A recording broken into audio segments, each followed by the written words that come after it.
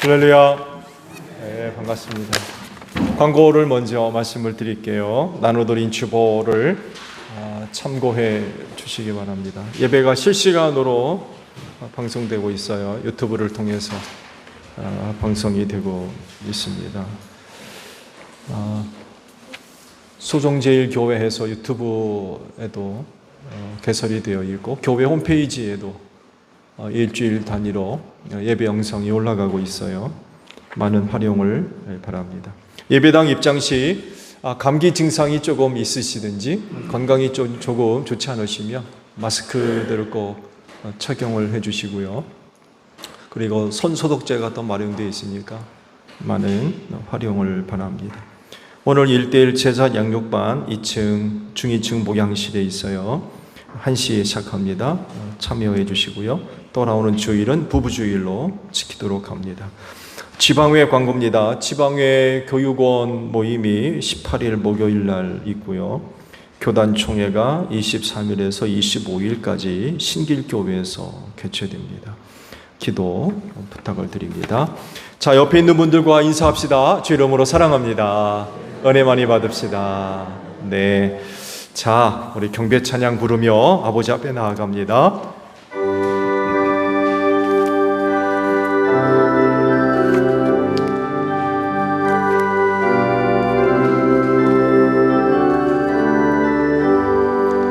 찬양하라 복되신 곳에 주 예수 백성들아 사랑을 전하세 경배하라 하늘의 천군과 천사 주님 앞에 영광을 돌리세 목자같이 우리를 지키시고 종일 품에 늘 안아주시니 찬양하라 높으신 권세를 찬양 찬양 찬양 영원히 드리세. 하나님께 먼저 감사를 드립니다. 이 날을 지켜 예배할 수 있도록 한 주간 은혜 베풀어 주신 것 감사를 드립니다. 그 은혜를 힘입고 이 날을 지켜 아버지 앞에 예배합니다. 오늘도 저희가 드리는 예배를 기쁘게 받아 주시옵소서. 하나님은 영이시니 신령과 진리로 예배하라 하십니다. 성령의 기름 부으심으로 함께 하소서. 말씀과 함께 하시고 또 기도와 찬송과 함께 하셔서 신령한 것들이 되어지게 하옵소서. 둘셋 내 이름으로 모이는 곳에 내가 함께하리라 약속하신 주께서 이 시간 우리와 함께 하심으로 진리로 예배하게 하옵소서. 오늘도 저희가 드리는 예배를 통하여 하늘아버지 홀로 영광을 받아 주시옵소서. 존귀하신 예수님의 이름으로 기원하옵나이다. 아멘. 회개 기도합니다.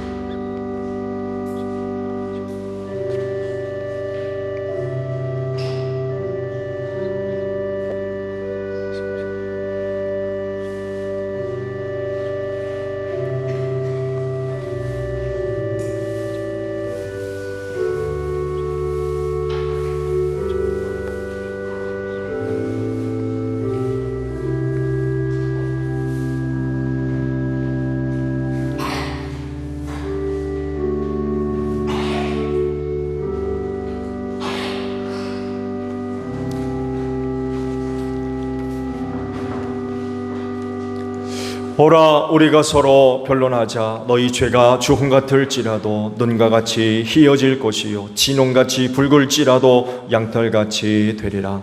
이 말씀대로 진심으로 회개한 여러분의 모든 죄를 예수 그리스도의 십자가의 은혜로 용서하셨습니다.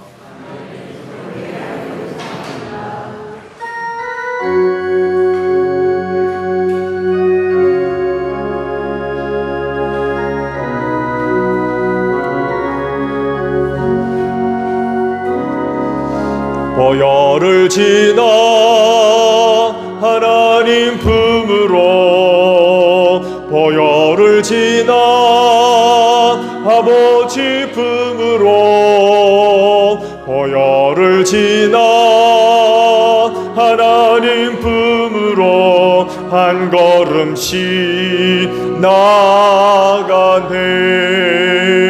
존귀한 주 보혈이 내 영을 새롭게 하시네. 존귀한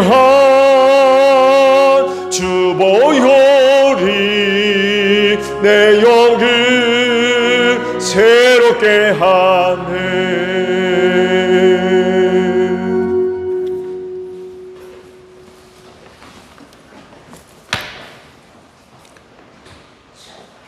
사랑과 은혜가 풍성하신 하나님, 거룩한 성의를 허락하사 주님 앞에 나와 겸손히 순종하는 마음으로 예배드리게 하시니 참으로 감사합니다. 거룩하신 하나님 아버지, 지치고 상한 심령으로 주님 전에 나왔사오니 이 시간 저희를 기쁨으로 맞아주시고 성령의 위로하심과 치유와 회복이 있게 하여 주옵소서. 사랑의 주님, 5월 가정의 달을 주신 것을 감사합니다.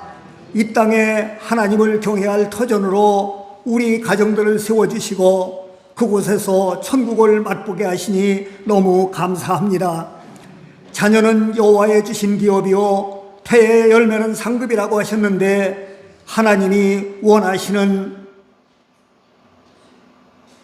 사람으로 양육함에도 불구하고 자녀를 통해 내 욕심만을 채우려고 했습니다. 내 감정에 사로잡혀서 자녀의 마음에 상처를 주기도 했습니다. 저희의 허물과 욕심을 십자가의 사랑으로 용서하여 주옵소서. 이제는 저희의 자녀들이 하나님의 사랑으로, 하나님의 참된 사람으로 자라가도록 도울 수 있는 지혜를 허락하여 주옵시고, 자녀들에게 영적인 신뢰감을 줄 수 있는 성숙한 부모가 되게 하여 주옵소서. 오늘은 또한 어버이 주일입니다. 새롭게 부모님의 은혜를 떠올려 봅니다. 주님께서는 내 부모를 공경하라 명하셨건만 저희는 어버이를 제대로 섬기지 못했습니다. 바쁘다는 핑계로 혹은 형편이 어렵다는 이유로 부모님은 언제나 뒷전으로 밀려나 계십니다. 부모님께 드릴 의무도 다하지 못했습니다. 부모님께 드려야 할 공경과 순종을 내일로 미루고 살고 있습니다. 사랑의 주님, 십자가 후에서 제자들에게 어머니를 부탁하셨던 그 사랑으로 저희의 완악한 마음을 용서하여 주옵소서. 부모님의 은혜에 대한 감사의 마음을 회복시켜 주셔서 부모님을 공경하는 자 되어 성경에 기록된 대로 땅에서 잘되고 장수하는 축복의 길을 걸어가게 하여 주옵소서.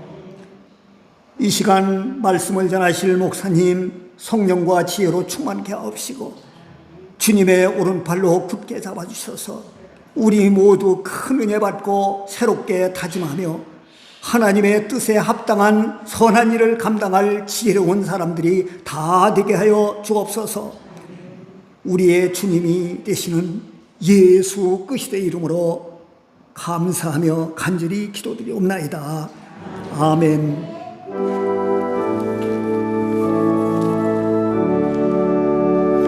우리 기도를 들어주시고 주님의 평화를 내려주소서. 아멘.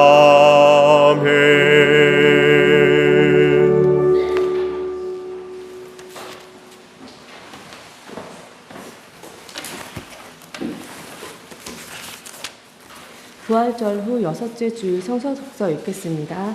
사도행전 17장 22절에서 31절 말씀입니다.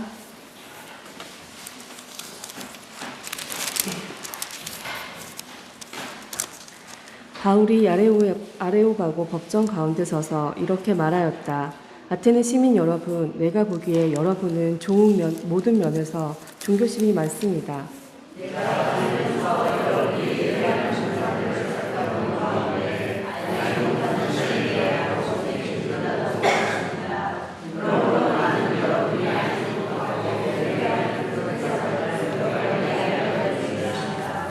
우주와 그 안에 있는 모든 것을 창조하신 하나님께서는 하늘과 땅의 주님이시므로 사람의 손으로 지은 신전에 거하지 않으십니다.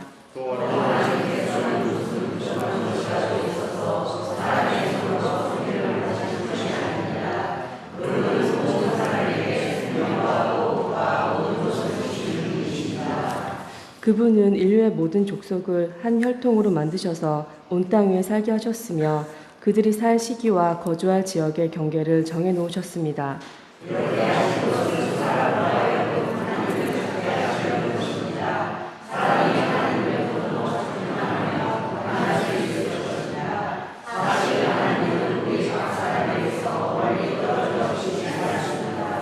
여러분의 시인 가운데 어떤 이들도 우리의 하나님의 자녀이다. 우리도 하나님의 자녀이다. 하고 말한 바와 같이 우리는 하나님 안에서 살고 움직이고 존재하고 있습니다.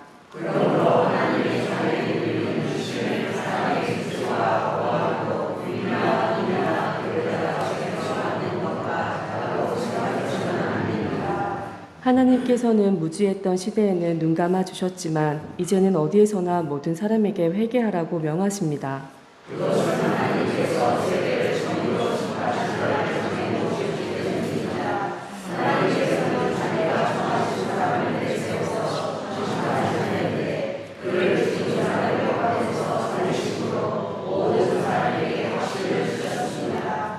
제2독서 베드로전서 3장 13절에서 22절 말씀입니다.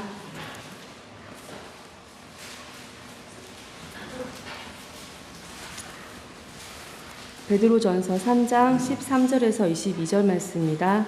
그러므로 여러분이 열심으로 선한 일을 하면 누가 여러분을 해치겠습니까?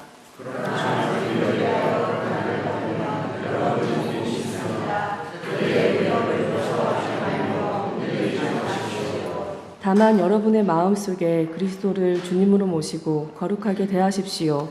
여러분이 가진 희망을 설명하여 주기를 바라는 사람에게는 언제나 답변할 수 있게 준비를 해 두십시오. 그러나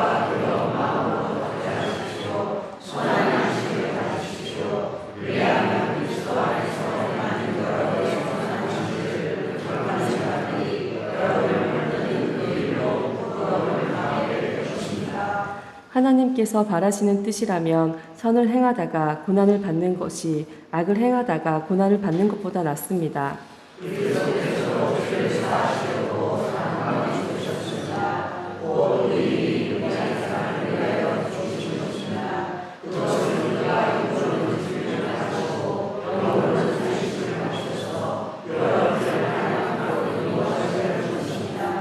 그는 영으로 옥에 있는 영들에게도 가셔서 선포하셨습니다.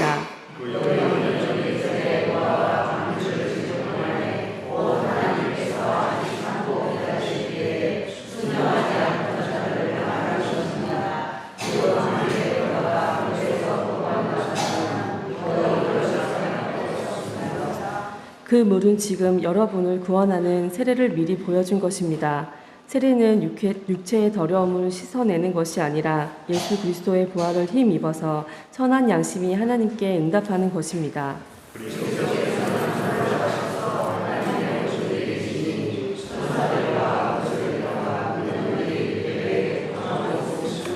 이는 살아계신 하나님의 말씀입니다. 아멘.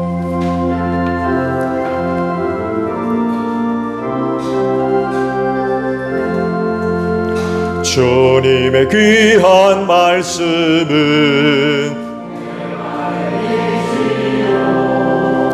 목마른 사막길에서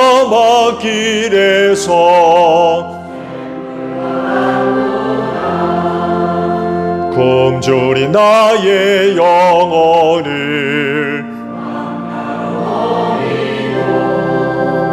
내 갈 길 밝게 비추니 그 말씀 귀하다.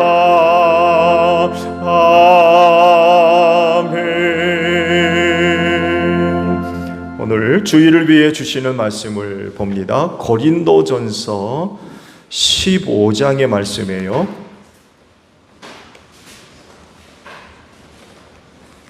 고린도전서 15장 26절 한 절에 있는 말씀만 보겠습니다.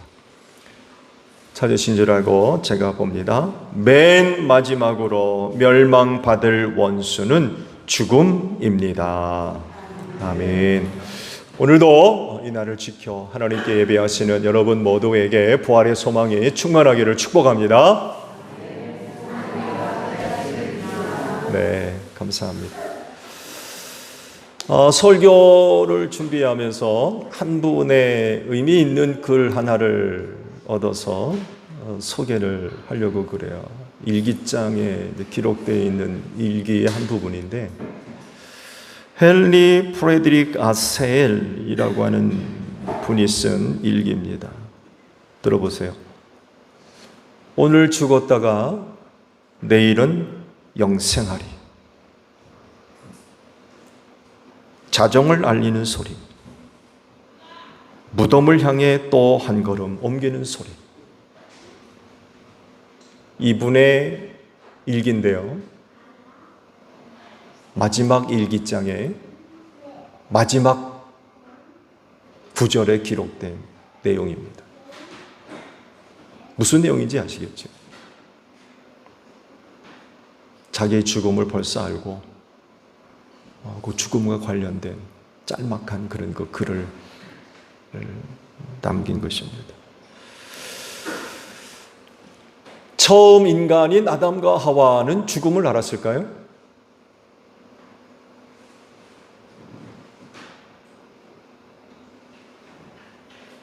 당연히 모르죠. 자기 이전에 있었던 사람도 없고. 그렇죠? 이전에 누가 있었다고 그러면은 죽었을까요? 여하간 처음 인간이었기 때문에 이전에 있던 사람도 없었겠고, 그건 당연히 죽은 사람도 없었겠죠. 그래서 아담과 하와는 죽음이 뭔지를 몰랐어요. 그래서 죽음을 제대로 준비하지 못한 사람 가운데 하나가 아담과 하와였던 것 같아요. 우리는 죽음을 알잖아요. 죽음이 어떤 것인가를 알아요. 오늘도 이 부분에 대해서 말씀을 드리려고 하는데 전혀 알지 못했기 때문에 아무런 준비도 사실 할 수가 없었어요. 어떻게 보면 참 안타깝다고 할까요?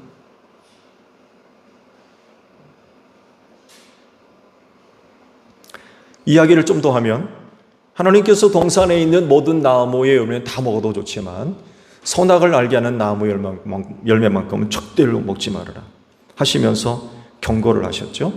먹는 날에는 정령 죽으리라. 근데 아담과 하와는요, 이게 무슨 말씀인지 전혀 몰랐을 겁니다. 죽음이 뭐지? 이거 먹는 날에는 죽는다고 그랬는데 죽는 게 뭐지? 굉장히 의아해서 도저히 이해할 수 없는 말씀 가운데 하나였을 겁니다. 모르는 말씀을 주시니까 전혀 모르는 말씀.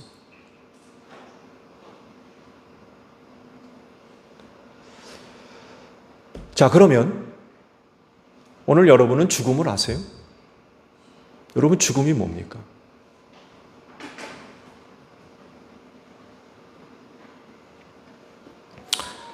질문을 한 가지 또 드릴까요? 죽음이라고 하는 개념을 비신자보다 신자들이 더 잘 받아들이고 더 잘 이해할 수 있다고 생각하세요? 어떠십니까?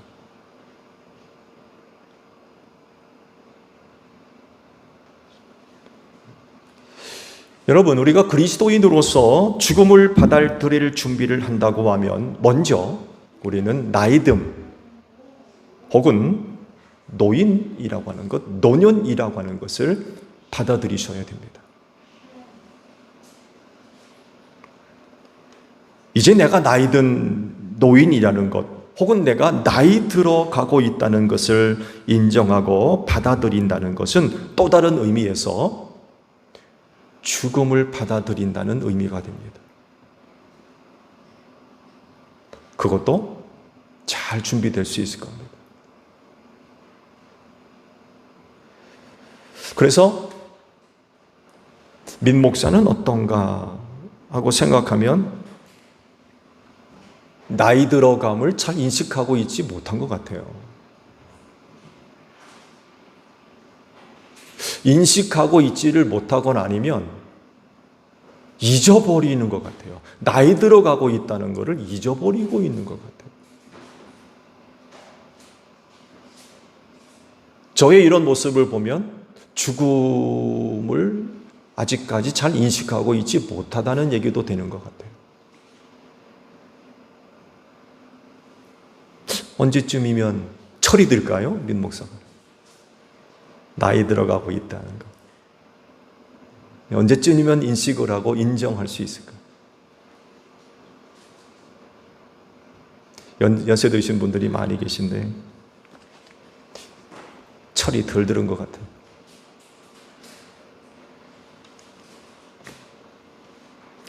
나이듦, 곧 노년은요, 죽음을 예고하는 예표입니다. 죽음의 또 다른 그림자입니다. 해 아래 있으면 다 그림자지죠. 그 그림자를 보면 대충 그 모습이 어떤 것인지 그려볼 수 있잖아요. 노년이라고 하는 것이 죽음을 이야기하는 그림자와 같아요. 그래서 노년과 죽음은 따로 떼어놓을 수가 없어요. 같이 이야기될 수가 없어요. 그런데 애석하게도 많은 사람들이 이 죽음을 언급하는 것을 금기시합니다. 노인에 대한 예의가 아니라고 생각하기 때문일까요?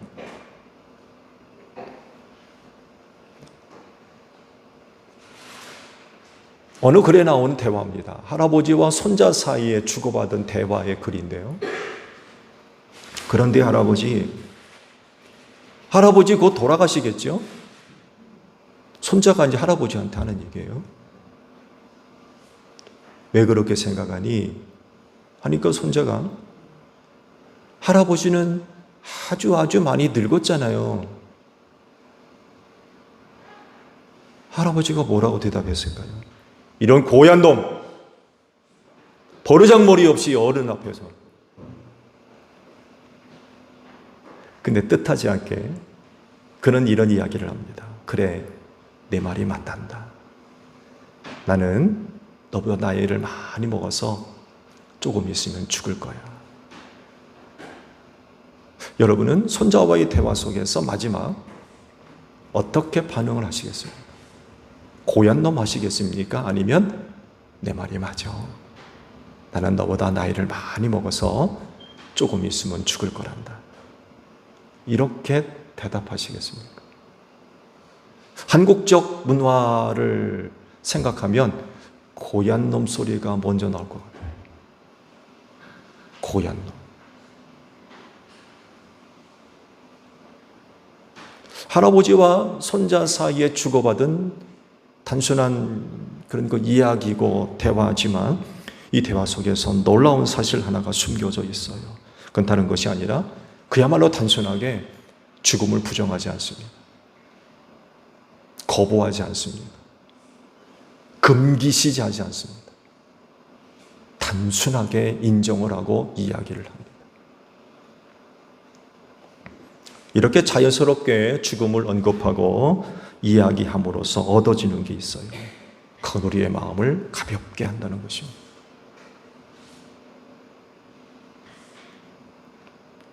근데 우리 주변에서 이런 대화가 시작하면 이런 말이 대체적으로 나오는 것 같아요. 버릇없게 어른한테 그런 이야기 한다는 이야기가 대부분인 것 같아요. 근데 사실은 그렇지 않습니다.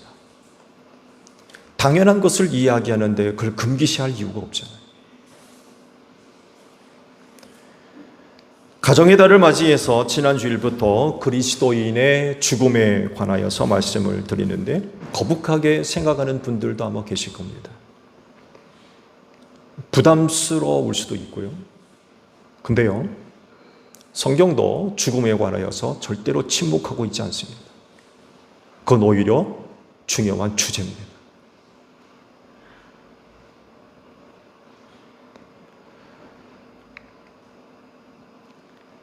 나이듦, 곧 노년은요, 앞서 잠깐 언급은 드린 대로 죽음의 문제와 양분할 수 없습니다. 둘 다 같이 생각되어져야만 합니다. 노년은 곧 죽음을 암시하는 증거이기 때문에 그렇습니다.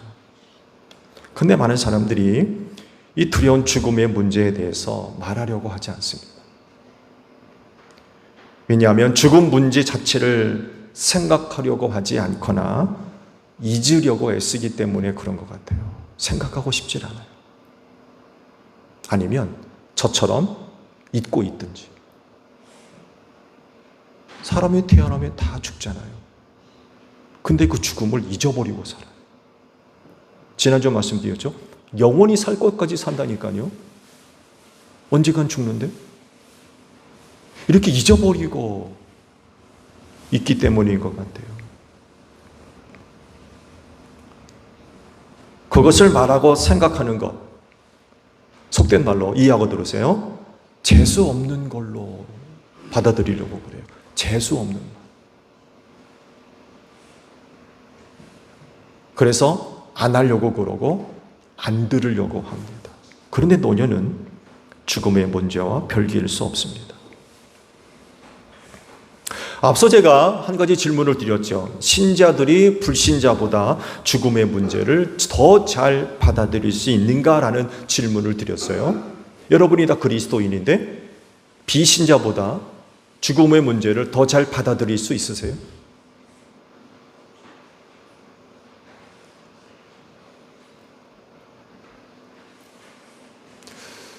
죽음에 대한 고민과 고통과 두려움은 모든 사람들의 공통 분모입니다. 그리스도이냐고 해서 죽음에 대한 고민과 고통과 두려움이 없습니까? 평안하게 죽을 수 있어요? 여러분, 이런 것들은 다 왜곡된 겁니다. 심지어 죽음에 대해서 고민하고 고통해하는 것을 불신앙으로 여기는 것조차도 그건 신앙을 왜곡시킨 거예요. 신앙하면 죽음 앞에서 아주 용기를 내고 담대하고 근심 걱정 없고 두려움이 없는 그런 것들로 알아요. 여러분, 더 이상 신앙이라고 하는 것들을 왜곡시켜서는 안 될 것 같아요. 여러분, 그건 신앙 아닙니다. 그런 것들을 신앙으로 생각하면 여러분 그 신앙을 왜곡하는 거예요. 죽음을 앞에 두고 무관심하고 해탈한 사람처럼 득도한 사람처럼 그리스도인의 이상적인 어떤 모습으로 여기는 것조차도 그건 왜곡된 신앙입니다.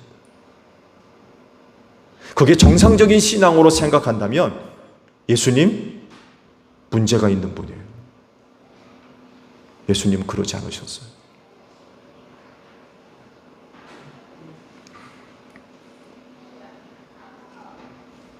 신앙이라고 하는 것은 죽음의 고뇌와 고통과 고민과 두려움을 억누르는 어떤 강인함을 보여주는 것이 아니기 때문에 그렇습니다. 오히려 그런 것을 감추지 않고 인정하면서도 여전히 믿는 것을 멈추지 않는 것, 그게 신앙의 본질입니다. 여러분, 신앙의 본질은 강인함이 아닙니다. 여전히 예수를 믿는 것입니다. 죽음 앞에서도 여전히 예수를 믿는 것, 고통 앞에서도 여전히 예수를 믿는 것, 고민을 가지고서도 여전히 예수를 믿는 것. 여러분, 신앙의 본질은 예수입니다.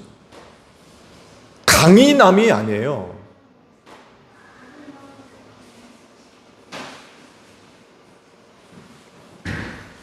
죽음의 두려움 속에서도 자신의 생명을 하나님 손에 맡길 수 있는 것, 이걸 가리켜서 신앙이라고 하는 것입니다.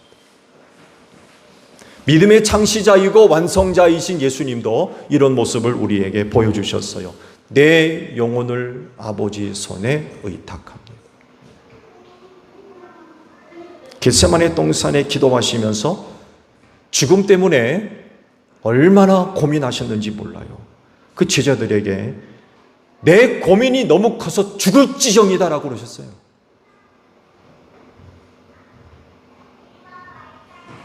그런데 우리의 신앙이 죽음의 문제들을 아무렇지도 생각하는 것을 신앙이라고 생각한다면 예수님은 믿음이 없는 분이죠. 그렇게 되면. 근데 예수님은 그렇지 않으셨어요. 그런 가운데서도 예수님이 우리에게 보여주신 게 뭐예요?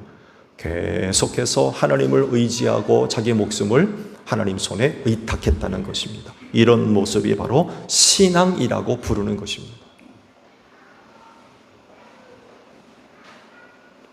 여러분, 죽음과 관련해서 여러분이 갖고 있는 신앙 왜곡시키지 마세요. 부활이라고 하는 약속이 있지만 죽음 앞에서는 고뇌와 슬픔과 두려움을 없애지 못합니다. 앞서 말씀을 드렸어요. 모든 사람의 공통분모입니다. 신자건 비신자건 모든 사람의 공통분모예요. 여러분, 우리 이걸 인정하셔야 돼요. 예수님도 십자가에서 나의 하나님 어찌하여 나를 버리십니까? 라고 부르짖기까지 하셨어요. 만약 우리가 이야기하는 신앙이 죽음을 완전히 해탈한 어떤 모습이라고 하면 십자가에서 예수님 이런 말씀하지 않으셨어요. 근데 예수님도요, 이 죽음에 대한 고민이 너무 크셨어요. 그래서 하시는 말씀이에요. 내 영혼을 하나님 손에 의탁합니다.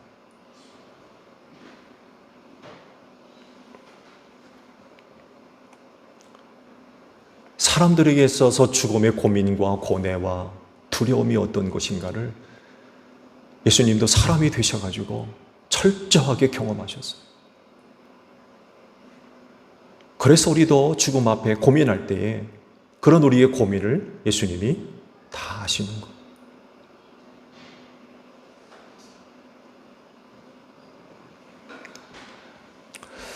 세상에서 죽음의 의미를 해결할 수 있는 게 있을까요?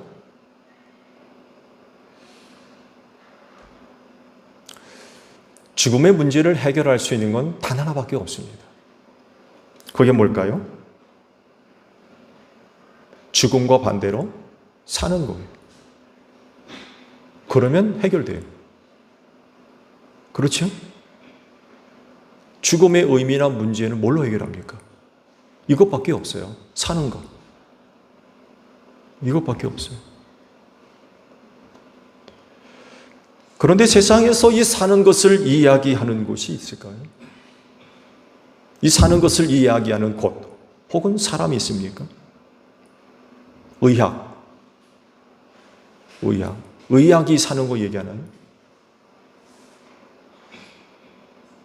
과학이 이야기합니까? 과학. 아니면 철학이 얘기하나요?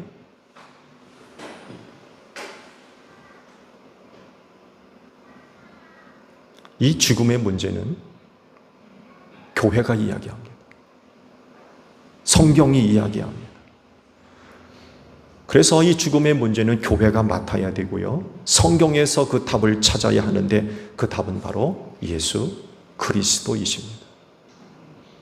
왜냐하면 죽음을 이기시고 부활하신 첫 열매가 되셨기 때문에 그래요.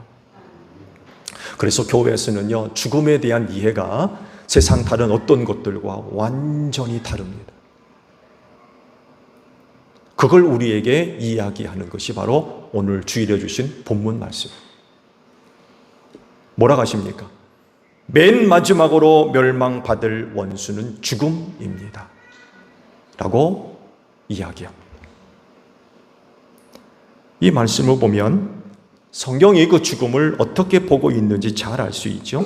즉 세상 어떤 곳에서도 죽음을 이렇게 이해하는 곳은 없어요.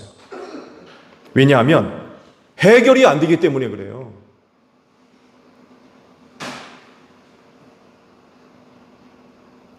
죽음의 문제는 세상 어디서도 해결 불가입니다.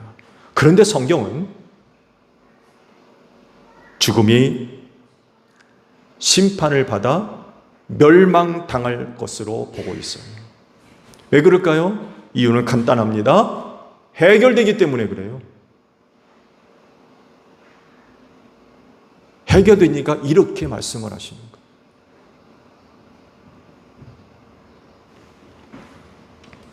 모든 사람들에게 있어서 마지막이 뭐예요? 죽음입니다. 죽음 다음이 있어요? 일반적으로 알고 있는 죽음 다음은 없습니다. 그것이 마지막이에요. 그런데 성경은 이 죽음이 마지막으로 멸망받을 것이라고 하십니다. 그래서 최후 승리는 뭐예요? 죽음을 이기는 것입니다.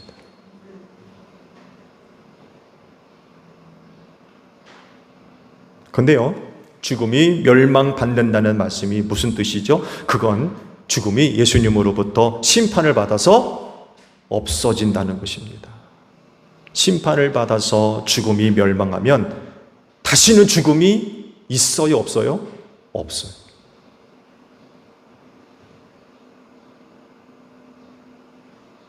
오직 생명만 남아 있습니다. 그래서 예수를 믿는 사람들은 죽음을 이기고 영원히 사는 줄로 믿습니다. 그 예수가 죽음을, 우리의 원수인 사망을 심판하셨기 때문에 그래요. 그래서 예수 믿는 사람들에겐 죽음이 없는 거예요. 그 죽음이 심판을 받아 멸망했기 때문에 그래요. 더 이상 역사를 하질 못해요. 그동안 죽음이 이 세상에서 왕노릇해 왔습니다. 죽음의 지배를 받지 않은 사람이 없었어요. 모든 사람이 다 죽었어요. 그런데 오직 한 분 예수님만은 죽음이 왕노릇하지 못했습니다. 왜냐하면 죽음을 심판하실 분이셨기 때문에 그래요.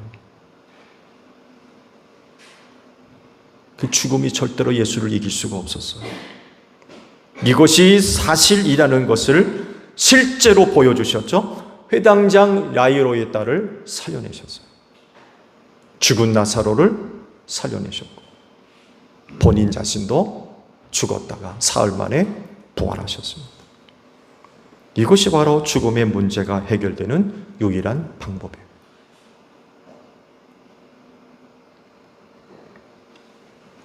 죽음은 무서운 겁니다. 정말 두려운 거예요. 왜냐하면 끝까지 따라오기 때문에 그래요. 죽음은 절대로 포기하지 않습니다. 죽음을 피해서 지구 정반대편으로 간다고 한들 죽음이 안 따라와요? 우리가 죽음을 피해서 하늘 끝까지 올라간들 죽음이 안 따라옵니까? 바다 깊은 곳으로 들어간다고 해서 죽음이 안 따라와요? 끝까지 따라옵니다. 절대로 포기하지 않습니다. 죽음을 피한다고 해서 피할 수 없어요. 그래서 무서운 거예요. 그래서 이 죽음에 사로잡히면 아무것도 못합니다. 최근 동구 쪽에 전쟁이 벌어졌죠. 다 아실 겁니다. 생생하게 전장의 현장들이 TV를 통해서나 보도 매체를 통해서 보여주고 있어요. 비극적이죠. 아니 왜 도망 못 가지?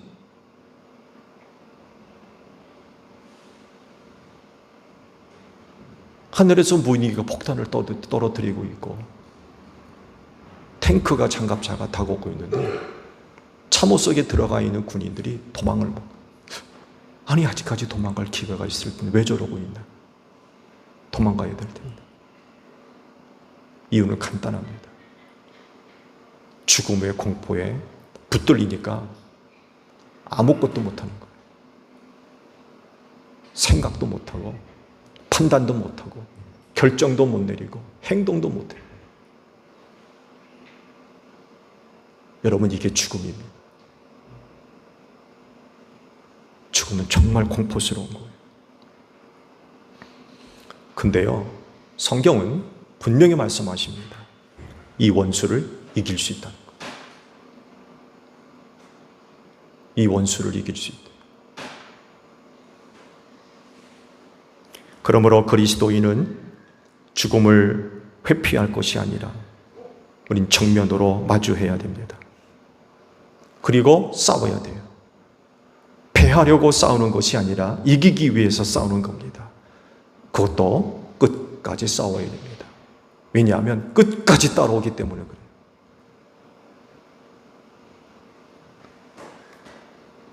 마지막으로 심판받을 것이 죽음이라고 했었어요. 그래서 죽음과 싸움을 여러분 걱정하지 마세요. 이미 죽음과의 싸움은 결과가 나와 있습니다.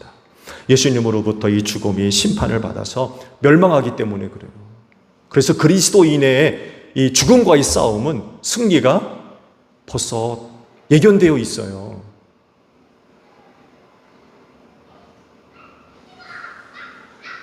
그래서 그리스도인의 삶은 죽음을 회피하고 모른 척하고 잊어버리고 도망다니는 삶이 아니라 이미 원수와의 싸움에서 승리가 예견되어 있기 때문에 죽음 앞에 서는 겁니다. 맞서는 겁니다.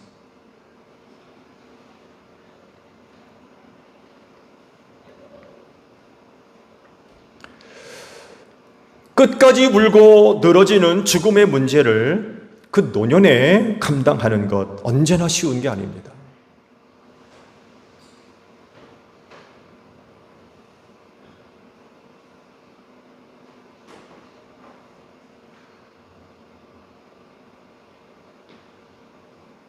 혹시 여러분 가운데 자고 일어나면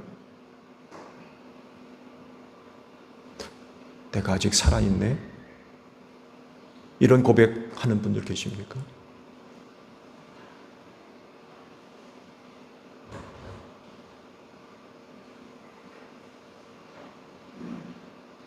있을 수 있어요.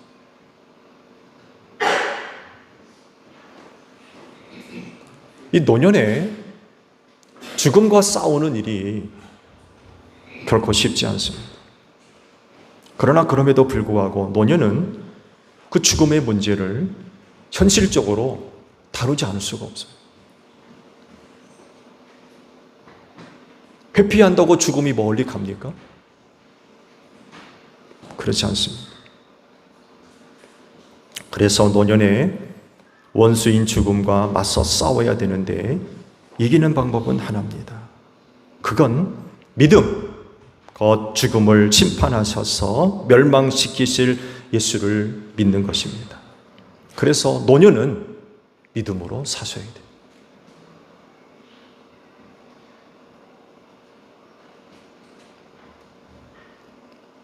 그래서 나이 드신 성도 여러분에게 한 가지 여쭙습니다. 믿음 있으면 죽음을 받아들이실 수 있으세요?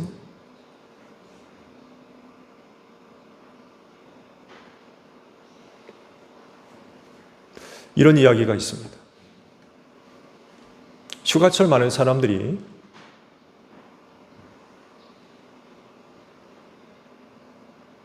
배를 타고 휴가를 떠났습니다. 근데 뜻하지 않게 폭풍을 만나서 배가 침몰해 버렸어요. 많은 사람들이 죽었습니다. 그 가운데 어떤 한 남자가 정신을 차려보니까 바다 위에 부유물이 하나 떠 있더래요. 그 사력을 다해서 부유물을 붙잡았습니다. 보니까 넉넉하지를 않아요. 겨우 한 사람 지탱해 줄 만큼의 부유물이었어요. 아이고 살았구나. 근데 보니까 얼마 떨어져 않은 곳에 한 여자가 기운이 다 빠져가지고 바닷속으로 오르락 내리락 하고 있대요.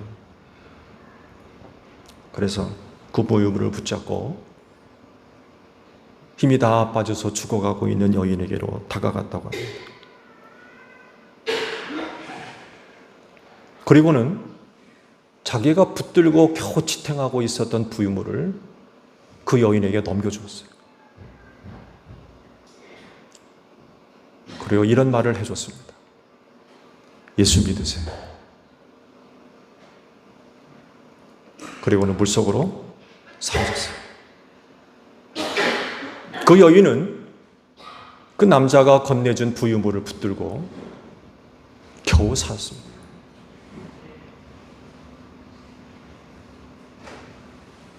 그 여인은 그때 그 남자가 자기에게 왜 부유물을 건네주고 예수 믿으러 하고서는 물속으로 사라졌는지 잘 몰랐어요. 그 남자가 그런 얘기를 해 주어서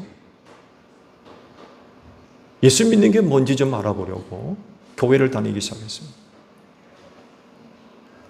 그러면서 그때 그 남자의 그와 같은 행동을 이해하기 시작했습니다. 그 남자가 자기에게 부유물을 건네주고 물속으로 사라졌던 그 이유를 알게 된 거였어요. 예수 안에 생명이 있다는 것을 알았던 거예요. 그러니까 기꺼이 남 살리기 위해서 자기가 죽었던 거예요.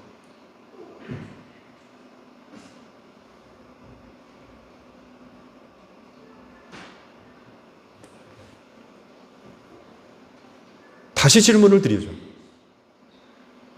믿음이 있으면 죽음을 받아들일 수 있으세요?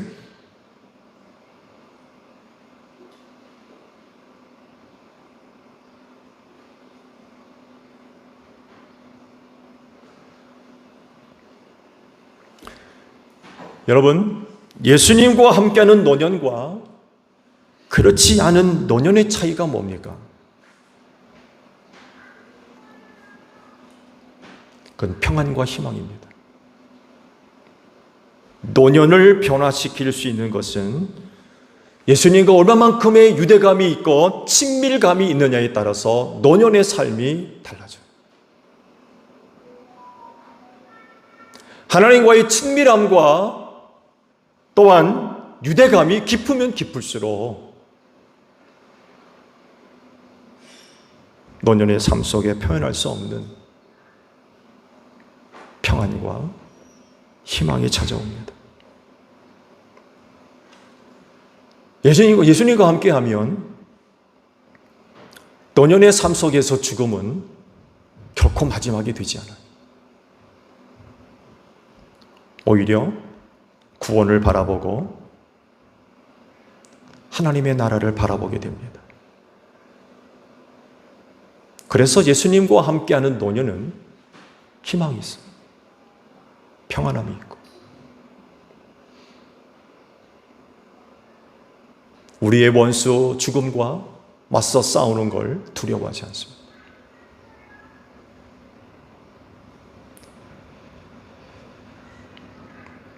태어나는 모든 것은 다 죽죠. 여러분, 우리가 인정하기 싫지만 맞는 얘기입니다.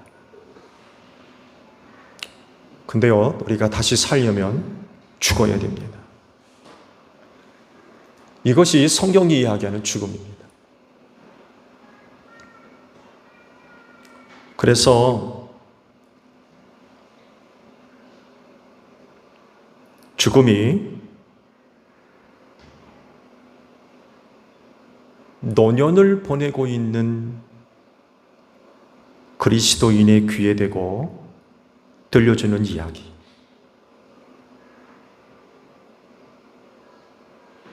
비신자에게 들려주는 이야기가 달라요.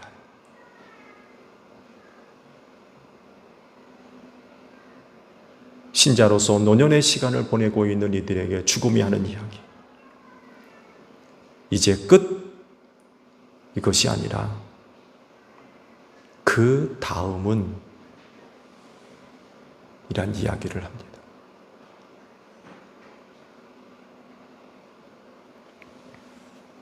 조금 있으면, 우리 모두에게 조금 더 있으면 이 모든 것을 다 알게 될 겁니다. 남은 날들 예수님과 함께 사시는 노년의 시간들이 되시기를 축복합니다. 기도하겠습니다.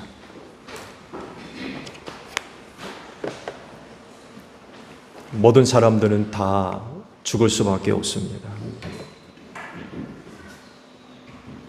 그 중에 노년은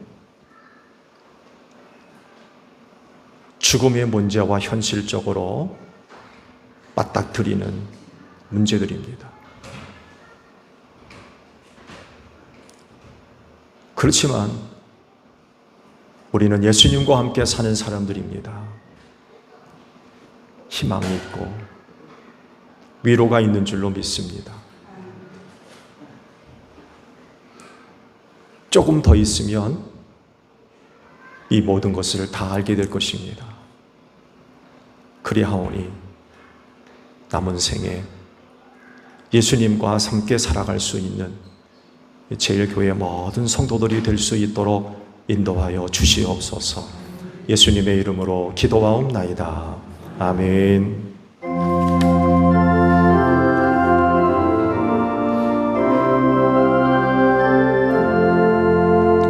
낮에는 구름 기둥과 주 백성 앞에 나타나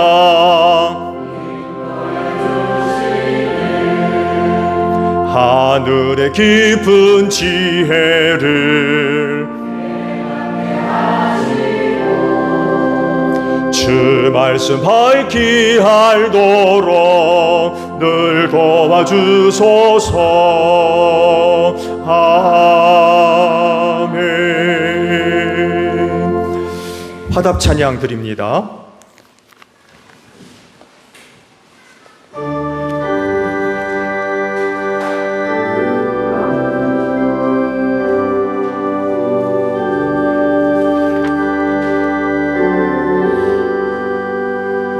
이 세상에 근심된 일이 많고 참 평안을 몰랐구나. 내 주 예수 나로라 부르시니 곧 평안히 쉬리로다. 주 예수의 구원의 은혜로다. 참 기쁘고 즐겁구나. 그 은혜를 영원히 누리겠네. 더 평안히 쉬리로다. 이 세상에 권고한 일이 많고 참 쉬는 날 없었구나. 내 주 예수 날 사랑하시오니 곧 평안히 쉬리로다. 주 예수의 구원의 은혜로다. 참 기쁘고 즐겁구나.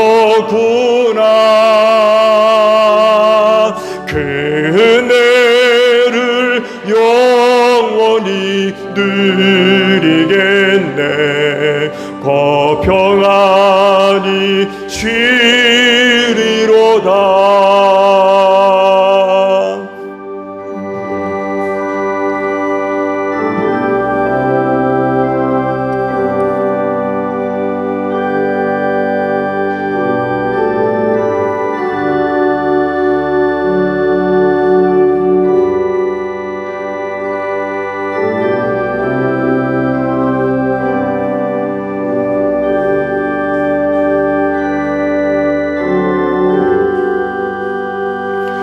이 세상에 죄악된 일이 많고 참 죽을 일사였구나.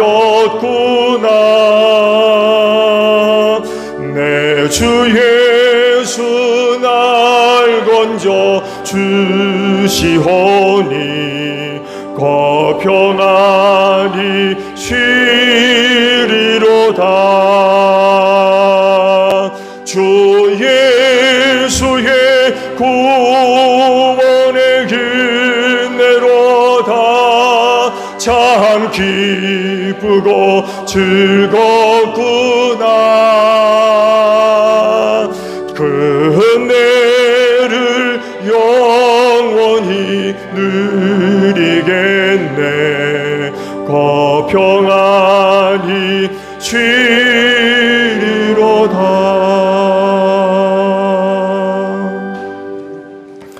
주께서 말씀하시길 내가 제단에 제물을 드리려고 하다가 내 형제나 자매가 내게 어떤 원한을 품고 있다는 생각이 나거든 너는 그 제물을 제단 앞에 놓아두고 먼저 가서 내 형제나 자매와 화해하여라.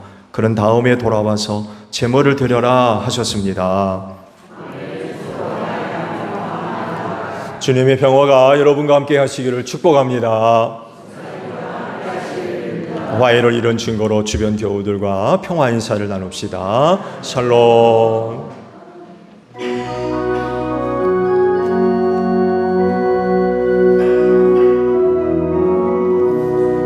하나님 어린 양 세상의 죄를 없애시는 주여,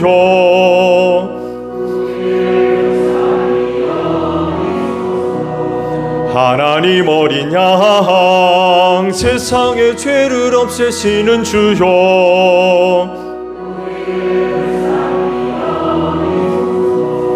하나님 어린 양 세상의 죄를 없애시는 주여, 우리에게 평화를 주소서. 여러분, 성경에 이르기를 각자 마음에 정한 대로 해야 하고 아까워하면서 내거나 마지못해 사는 일은 없어야 합니다. 하나님께서는 기쁜 마음으로 내는 사람을 사랑하십니다 라고 하셨습니다.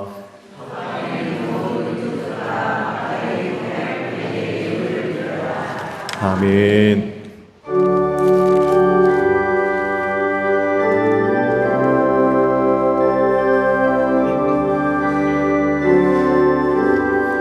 저 높은 곳을 향하여 날마다 나아갑니다. 내 뜻과 정성 모아서 날마다 기도합니다. 내 주여 내 맘 붙드사 그곳에 있게 하소서. 그곳은 빛과 사랑이 언제나 넘치옵니다.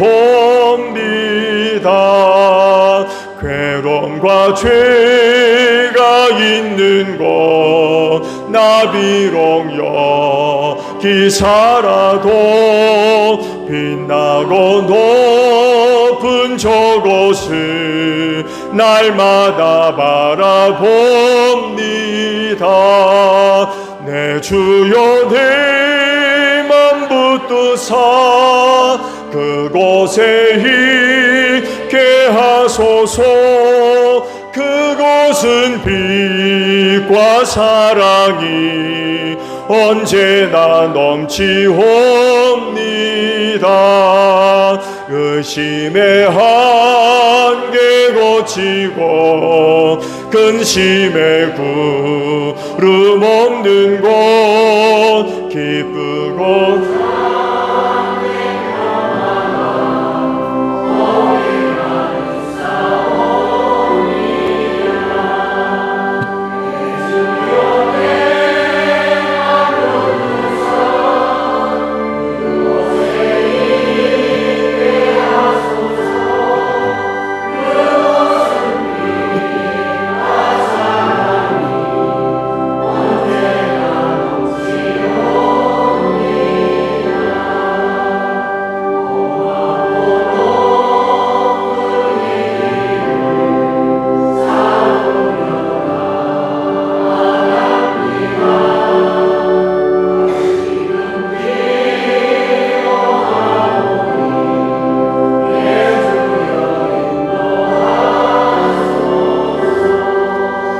내 주여 내 맘 붙드사 그곳에 있게 하소서.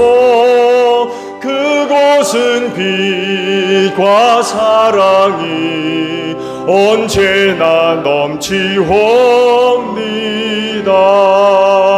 내 주를 따라 올라가 저 높은 곳에 우뚝 서 영원한 복락 누리며 즐거운 노래 부르리. 내 주여 내 맘 붙드사 그곳에 있게 하소서. 그곳은 빛과 사랑이 언제나 넘치옵니다.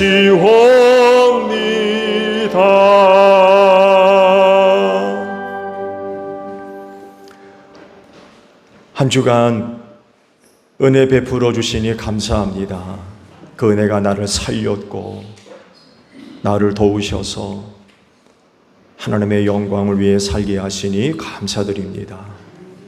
앞으로도 우리의 영혼이 하나님 앞에 서는 그날까지 우리를 향하신 하나님의 은혜와 사랑이 중단 없이 만나와 같이 내려주실 줄로 믿습니다. 그 은혜는 우리의 힘이요 능력이며 생명인 줄로 믿습니다. 그 은혜를 힘입고 이 세상 승리하는 자들이 될 수 있도록 이 귀한 믿음들을 꼭 축복하여 주시옵소서. 세상에 많이 어렵지만 그만큼 하나님의 은혜와 사랑도 큰 줄로 믿습니다. 우리의 믿음의 눈을 활짝 열어주시고 삶의 자리 속에 베푸시는 하나님의 은혜를 발견하게 하시고 경험하게 하시며 깨닫게 하셔서 범사에 늘 감사가 넘치는 귀한 신앙으로 이 마지막 시대를 살아가며 승리할 수 있는 제일교회 모든 성도들 되어지게 하옵소서. 한 분 한 분 축복의 통로들로 쓰임 받기를 원합니다. 나를 통하여 내 가정에, 그리고 이웃에, 교회에 하나님의 놀라우신 은혜가 임하게 하소서.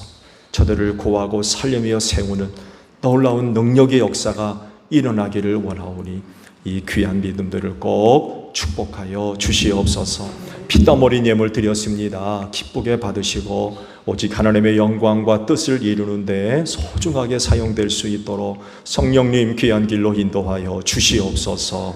감사드리며 예수님의 이름으로 기도하옵나이다. 아멘. 파송 찬송합니다.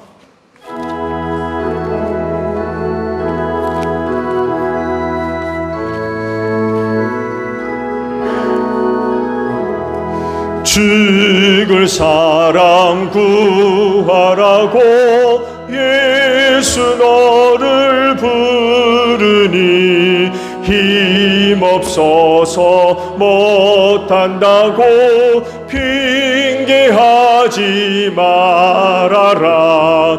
주가 주신 직분 맡아 항상 기뻐 지키고 부르실 때 대답할 말 나를 보내 주소서.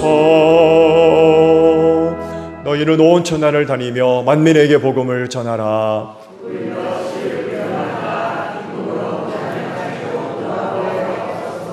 아멘. 지금은 우리 주 예수 그리스도의 은혜와 하나님 아버지의 극진하신 사랑하심과 성령님의 교통하심이 주의를 지켜 아버지 앞에 예배하는 심령들 위해 영원히 함께 하시기를 축원하옵나이다.